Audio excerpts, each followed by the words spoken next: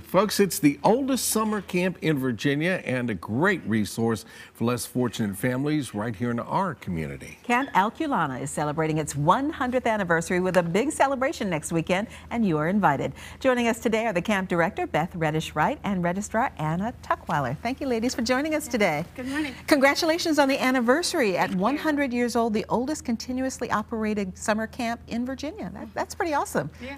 We're very proud of it, too. You were telling us, so we were talking before we came on, it actually started as a camp for girls. That's right, yeah. In the beginning, it was a camp for girls, the idea being girls had less opportunities to run and play outside at that time. And so actually, girls who were the children of factory workers or sometimes worked in the factories themselves in the city, and so they wanted to get them out of the city and give them some fresh air and that opportunity. And that's kind of where the camp still continues its mission today, is getting the kids out of the city to enjoy something that they really might not be able to experience otherwise. Yeah, that's right. Our activities, we do hiking, we do caving, rock climbing, rappelling, so lots of new things to try, and just being in the area is new.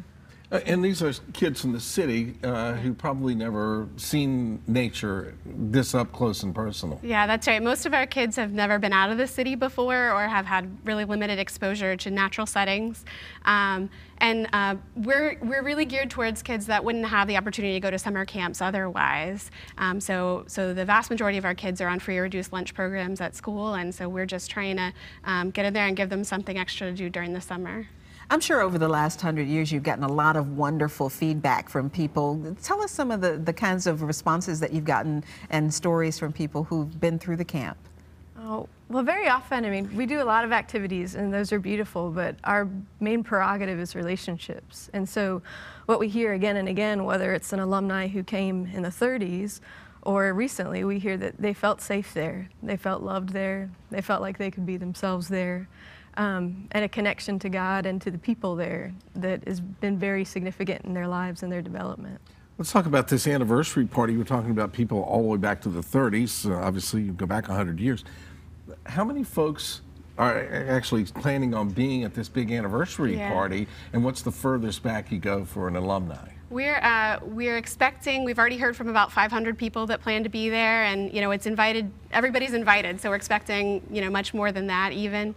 The oldest living alum that we know of came to camp in the early 30s. She's planning on being there, and we're actually, one of our things we're most excited about during the event is we'll have an ensemble of alums who were there in the 40s singing their camp song from the 40s. Oh, that's going to be sweet. Yeah.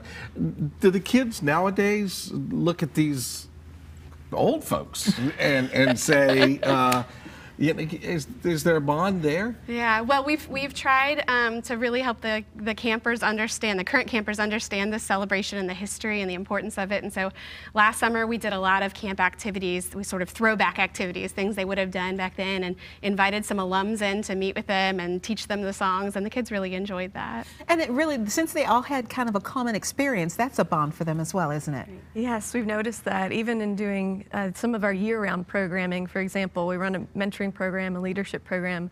We notice when we do a spring retreat with them, they get out there and it's, I'm here, I'm at camp.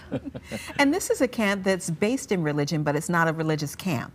The camp is hosted by the Richmond Baptist Association, so there is a religious component. Really, we just want the kids to come there and feel loved, and we recognize that love for us is based in our religion. Mm-hmm.